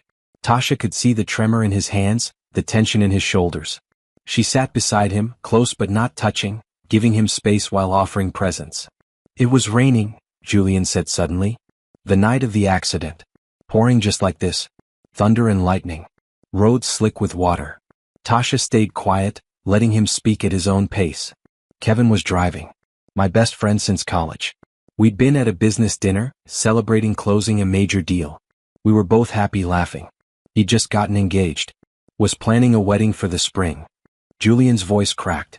I told him to slow down. The rain was too heavy. But he just laughed and said he'd driven in worse. You don't have to tell me this, Tasha said softly. I want to. I need to. Julian's hands unclenched slightly. The truck came out of nowhere. Ran a red light, hydroplaned through the intersection. Kevin swerved to avoid it and we hit a pole on my side. I remember the sound, metal screaming. Remember pain and then nothing. Tasha took his hand gently. He gripped it like a lifeline. I woke up 3 days later in the hospital. The doctors told me I'd lost my vision. Optic nerve damage, permanent. Then they told me Kevin had died on impact. A tear slipped down Julian's cheek, the first she'd ever seen from him. He died and I went blind and it was just random chance. If I'd been driving, if we'd left 5 minutes earlier or later, if we'd taken a different route. But we didn't. And Kevin died while I lived. I'm so sorry. Tasha moved closer, wrapping her arms around him. That's an impossible weight to carry. I blamed myself. Still do some days.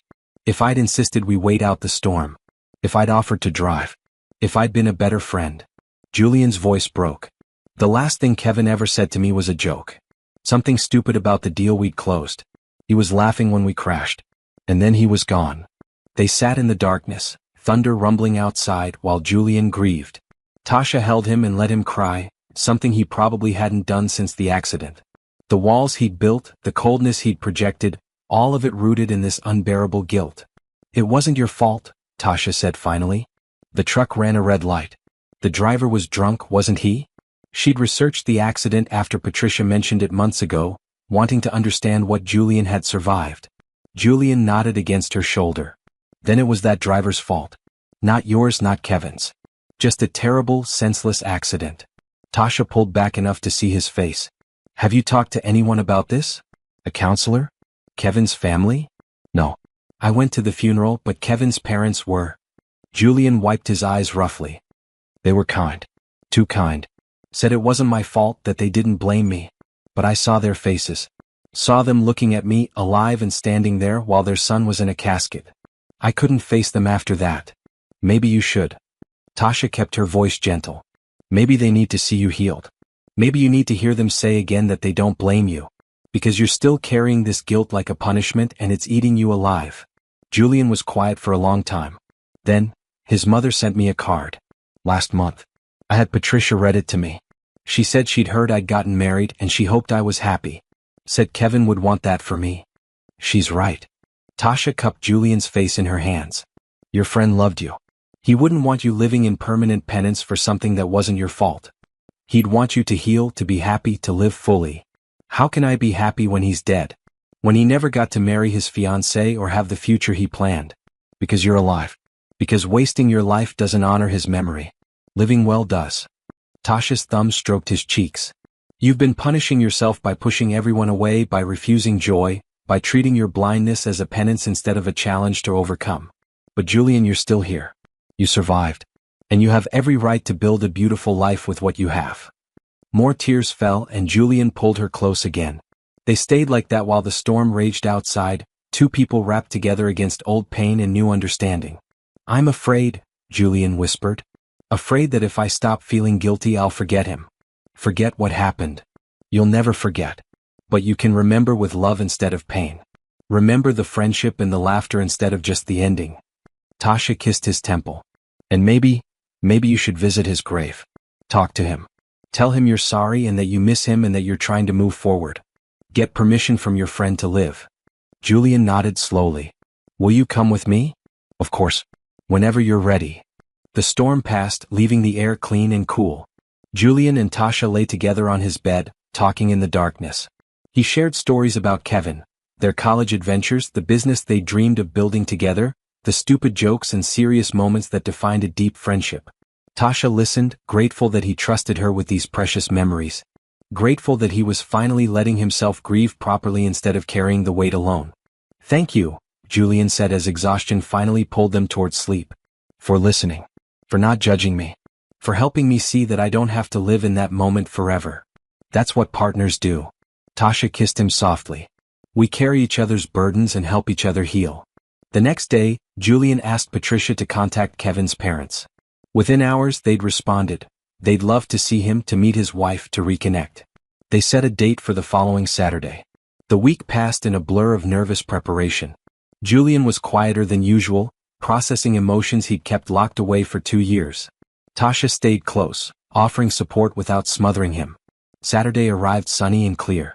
They drove to the cemetery where Kevin was buried, then continued to his parents' home for lunch. The older couple greeted them warmly, embracing Julian with tears in their eyes. You look good, Kevin's mother said. We've worried about you. I'm better now. Julian's hand found Tasha's. I have help.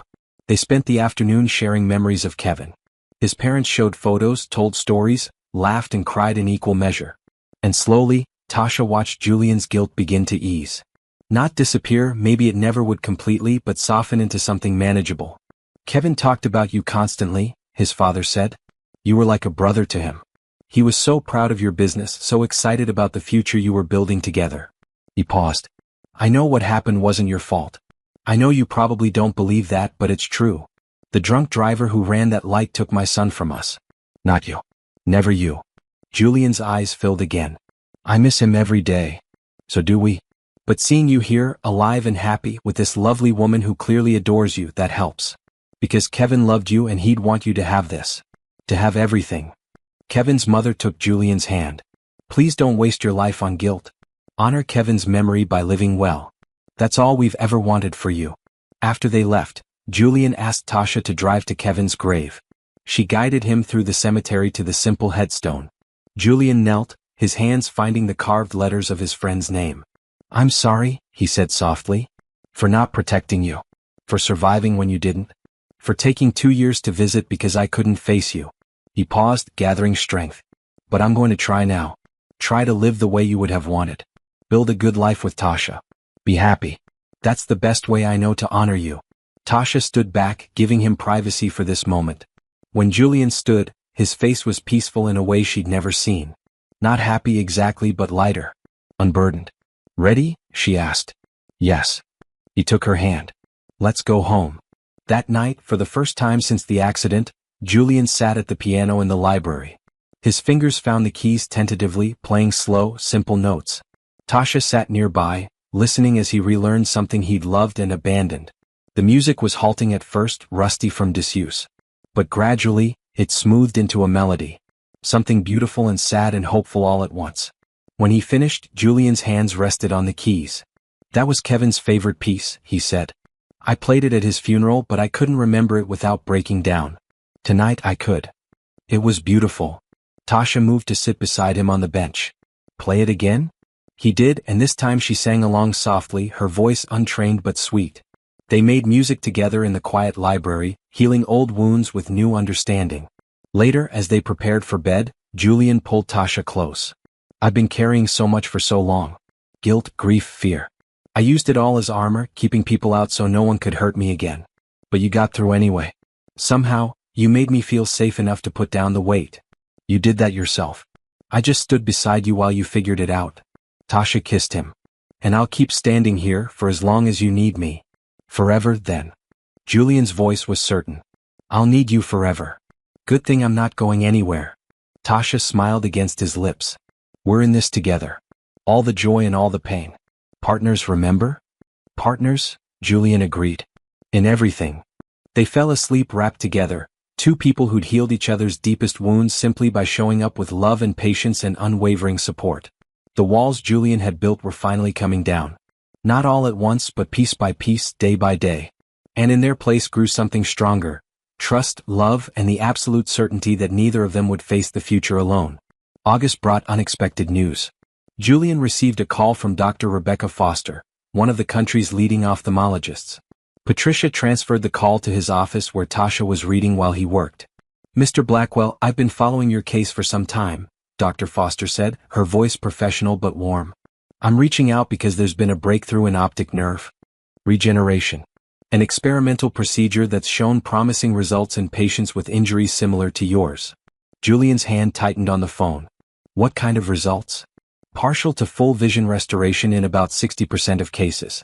The procedure uses stem cell therapy combined with targeted nerve stimulation. It's still experimental, not FDA approved for widespread use, but we're conducting clinical trials. She paused. I think you'd be an excellent candidate. Silence stretched. Tasha watched Julian's face cycle through emotions. Hope, fear, skepticism, longing. What's the catch? He asked finally. The usual risks associated with experimental procedures. Small chance of infection, possibility the treatment won't work at all, and in rare cases, the procedure could cause additional damage. Dr. Foster's tone turned gentle. But Mr. Blackwell, the potential upside is regaining your vision. The ability to see again. I need time to think. Julian's voice was carefully controlled. Can I call you back? Of course. But the trial has limited spots and I can't hold one indefinitely. Let me know within the week. After the call ended, Julian sat motionless. Tasha waited, giving him space to process. Finally he spoke. I could see again. Yes. Tasha moved to sit across from him. How do you feel about that? I don't know. Julian rubbed his face. For 2 years I've built my entire life around being blind. Learned to navigate, to work, to function. And now someone says that might not be permanent? It's overwhelming, Tasha supplied. Terrifying. Julian leaned back. What if the procedure fails? What if I get my hopes up and nothing changes? Or worse, what if it works and I realize I've wasted 2 years living in darkness when I could have been searching for solutions? You didn't waste anything. You survived. You adapted. You built a successful company and a life that works for you. Tasha reached across the desk for his hand. But if there's a chance to regain your sight, shouldn't you at least consider it? What if it changes things between us? The question came out quietly, vulnerably. We built this relationship with me being blind. You learned to love me like this. What if having sight makes me different? What if I'm different? Understanding dawned. You're afraid I'll love you less if you can see? I'm afraid of changing the dynamic that works. I'm afraid of disappointing you somehow. I'm afraid. Julian's voice dropped to a whisper. I'm afraid of seeing you and having you see me, really seeing you and discovering this isn't what either of us thought. Tasha came around the desk and knelt beside his chair. Julian, look at me. He turned his face toward her voice. I fell in love with who you are as a person. Your intelligence, your strength, your kindness buried under protective walls. Your blindness was just one aspect of you, not the defining feature. If you regain your vision, you'll still be the same man. The man I love. The man I chose. Promise. The word came out like a child seeking reassurance. I promise. Whether you're blind or sighted, you're my husband. My partner. My love. That doesn't change based on your optical nerves functioning. She squeezed his hands. But this has to be your decision. Not mine, not your doctor's, not what anyone else thinks you should do. What do you want? Julian was quiet for a long time, thinking. Then, I want to try. Not because being blind is terrible or because I can't function like this. But because I want to see you. Want to look at your face while we talk. Want to watch you paint in the studio. Want to see the sunset you describe so beautifully every evening. His voice grew stronger. I want to see the world again on my own terms.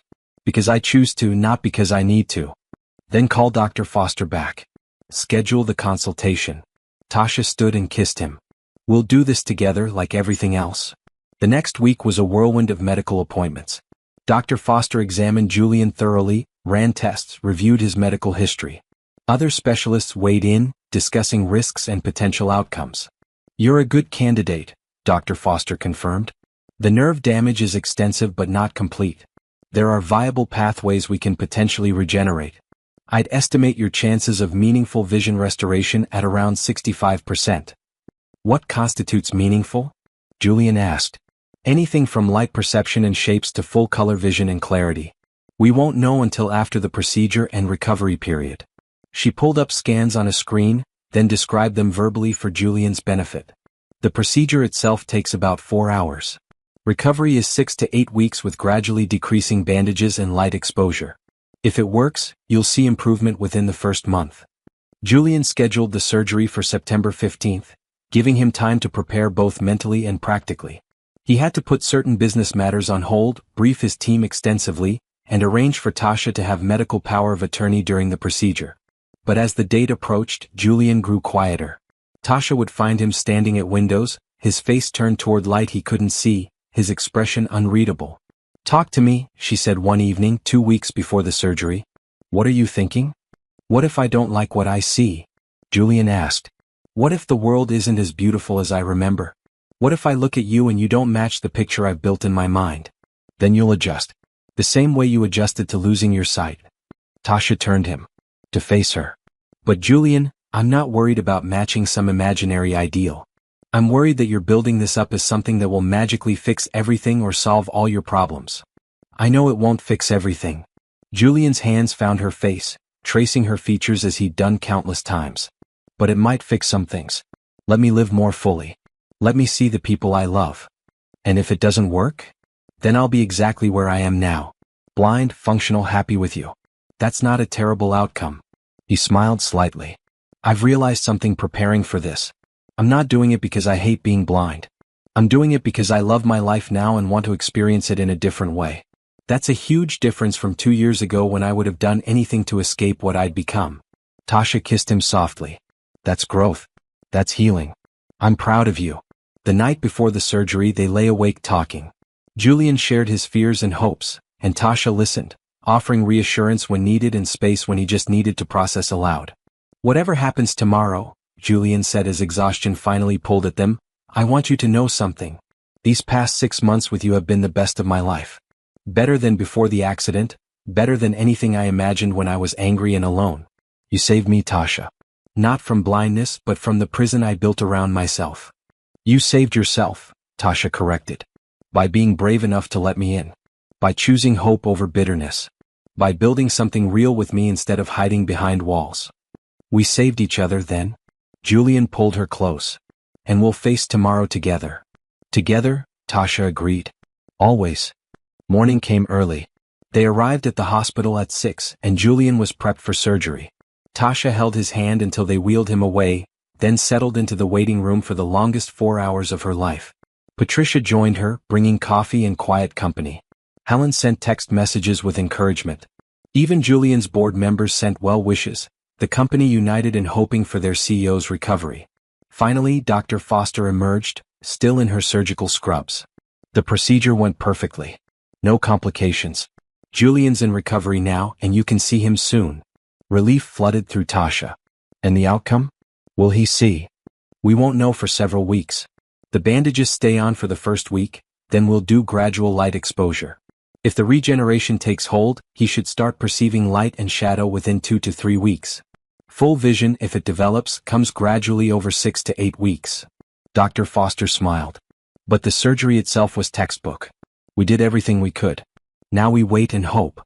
Tasha was allowed into recovery where Julian lay sleeping off the anesthesia. She took his hand and waited for him to wake. When he finally stirred, his first word was her name. I'm here. She squeezed his hand. Surgery's done. Everything went perfectly. Can't see anything. His voice was groggy, worried. You're bandaged. You won't see anything for at least a week. Tasha stroked his hair. But Dr. Foster is optimistic.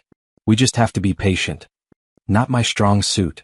But Julian managed a weak smile. Stay with me? I'm not going anywhere. The first week was challenging.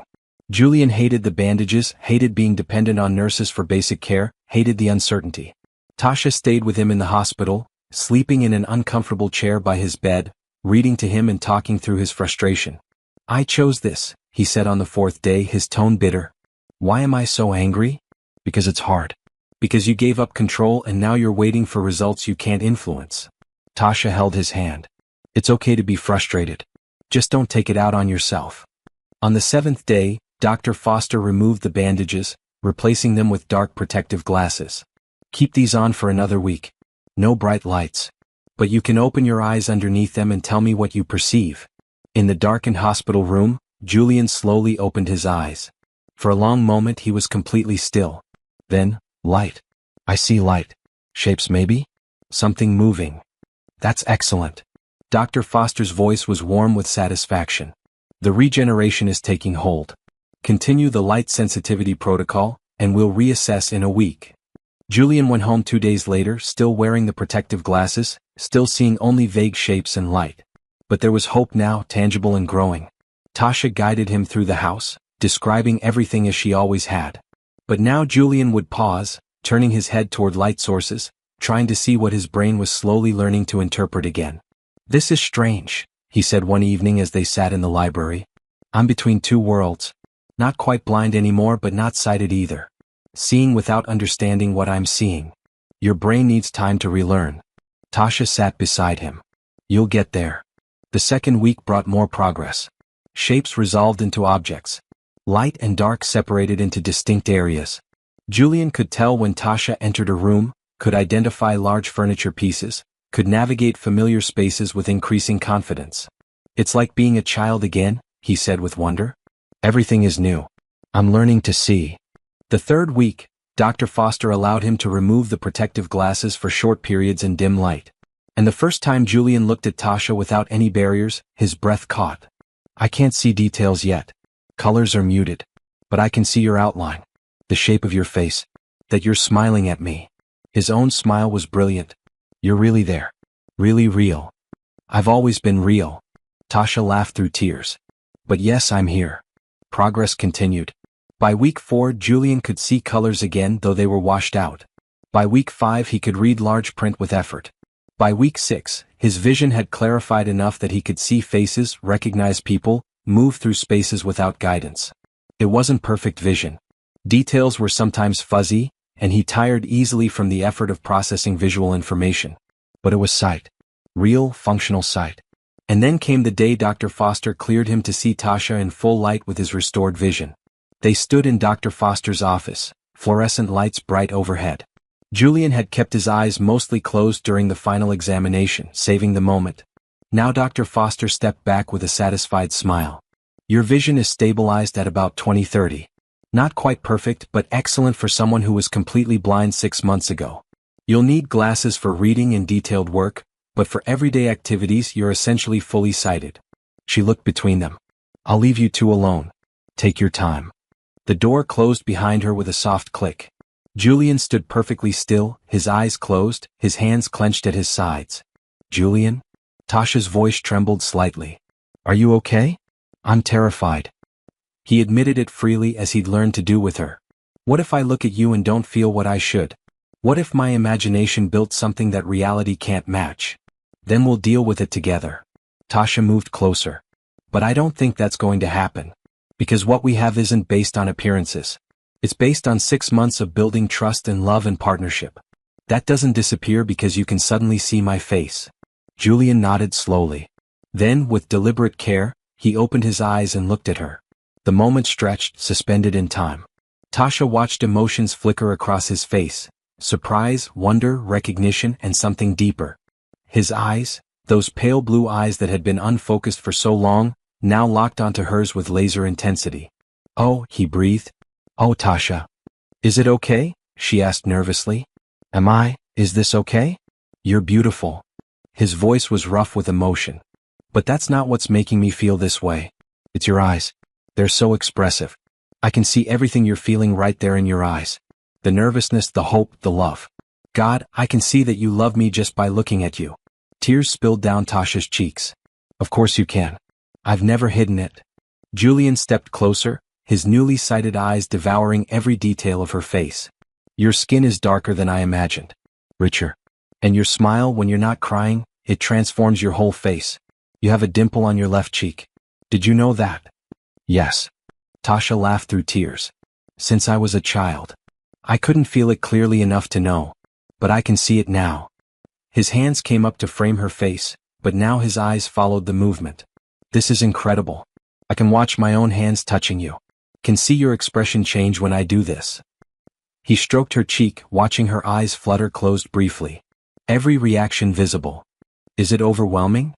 Completely. Julian's smile was radiant. But in the best way. I spent 6 months falling in love with your voice, your kindness, your strength. Now I get to fall in love with your face too. With the way you look at me like I'm something precious. With the way your whole face lights up when you smile.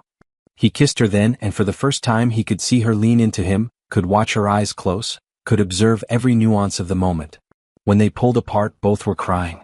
I was so afraid, Julian admitted. Afraid that seeing would somehow break the connection we built in darkness. But it doesn't. It just adds another layer. Another way to know you.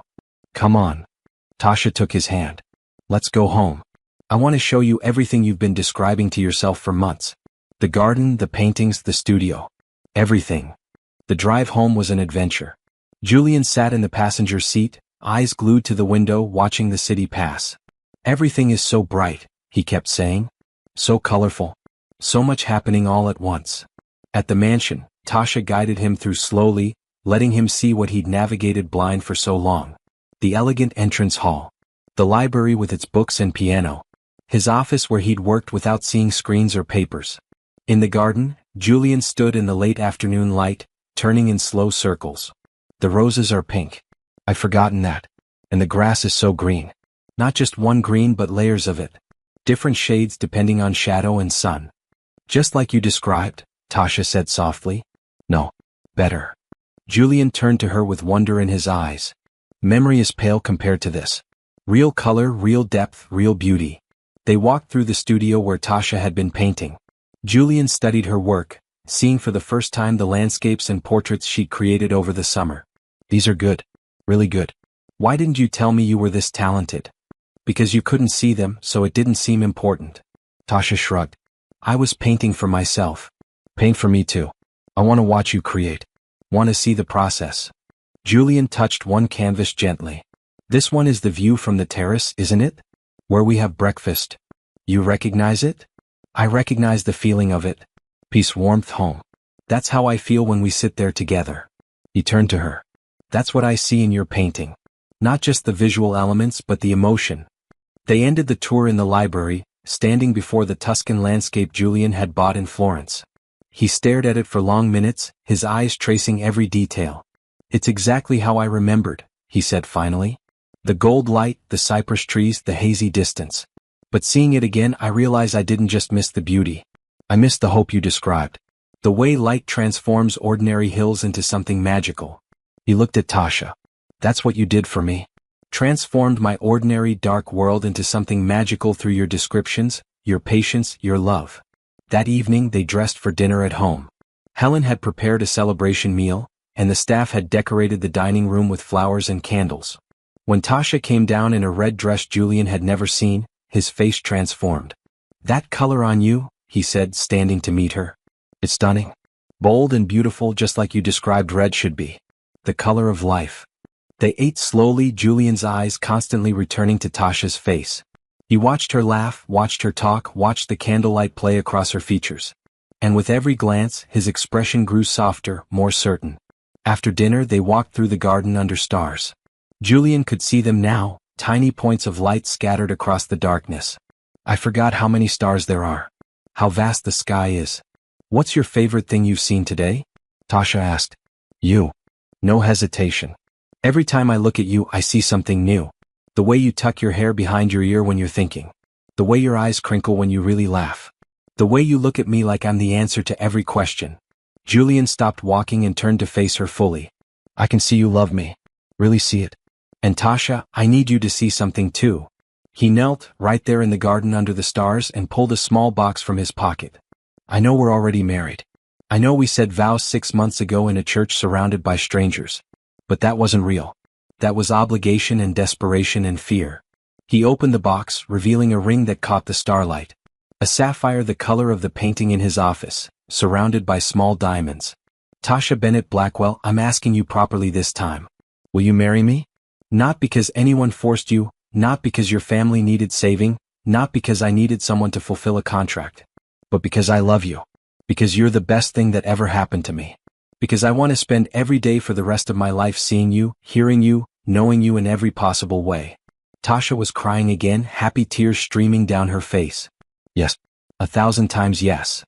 Julian slid the ring onto her finger beside the platinum band she'd received at their first wedding. Then he stood and kissed her with all the love and gratitude and joy that filled his heart. Thank you, he whispered against her lips. For showing up that day. For staying when you could have left. For teaching me to see with more than just my eyes. For loving me when I was too broken to deserve it. You always deserved it. Tasha held him close. You just needed to believe that.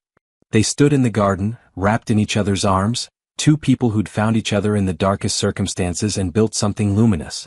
The journey from that cold wedding day to this moment had been long, filled with challenges and growth and hard-won understanding. But they'd made it together. Through Julian's grief and Tasha's family drama, through business battles and experimental surgeries, through learning to trust and learning to love. They'd built a marriage based on respect and partnership and genuine affection. And now, with Julian's sight restored and their love declared freely, they could finally start the future they'd both secretly dreamed of. Not a fairy tale, but something better. A real partnership between equals who chose each other every single day. Come on, Tasha said, taking Julian's hand. Let's go inside. I want you to really see our home. Our life. Everything we built together. Everything we'll keep building, Julian corrected. This isn't an ending, Tasha. It's a beginning. They walked hand in hand back to the mansion, their home, their haven. Behind them, the garden bloomed in the darkness, beautiful even when no one was watching. Ahead, the house glowed with warm light, welcoming them home. And between them, love grew stronger with every step. Not despite the challenges they'd faced but because of them. Not in spite of how they'd started, but because they'd transformed that difficult beginning into something neither had expected. Something real. Something lasting. Something worth every moment of fear and uncertainty and growth. They'd mistakenly married as strangers.